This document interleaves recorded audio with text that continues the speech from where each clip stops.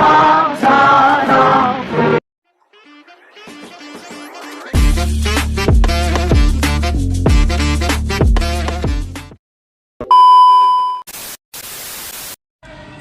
merdeka, Indonesia membentuk sistem pemerintahan seperti Kementerian Pertama, KNIP sebagai lembaga legislatif, dan mulai menjalankan UUD 1945. Ini menjadi dasar berdirinya negara yang baru merdeka. Pada masa ini, pemerintah bekerja cepat untuk membangun fondasi negara baru. Semua lembaga dibentuk dalam waktu singkat agar Indonesia bisa berdiri sebagai negara berdaulat.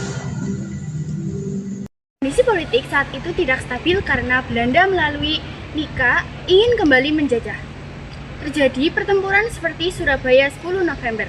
Selain itu, Indonesia juga berjuang lewat diplomasi melalui Perjanjian Linggarjati, Renville, dan Romroyen. Serangan dari Belanda membuat Indonesia harus mempertahankan kemerdekaan melalui pertempuran besar.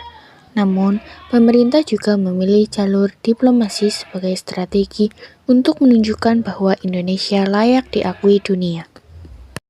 Di bidang ekonomi, Indonesia menghadapi krisis berat. Kas negara kosong, inflasi tinggi, dan banyak aset ekonomi masih dikuasai Belanda. Untuk mengatasi masalah ini, pemerintah mengeluarkan Ora Republik Indonesia atau ORI sebagai mata uang resmi untuk menghentikan uang. Keluarnya ORI menjadi langkah penting untuk memutus pengaruh ekonomi Belanda dan Jepang. Meski sulit, rakyat tetap berusaha bertahan dalam kondisi serba terbatas. Pemerintah juga menasionalisasi perusahaan-perusahaan Belanda. Namun, karena perang, distribusi barang dan produksi pangan terganggu, sehingga ekonomi tidak stabil. Meski sulit, masa ini menjadi fondasi ekonomi Indonesia.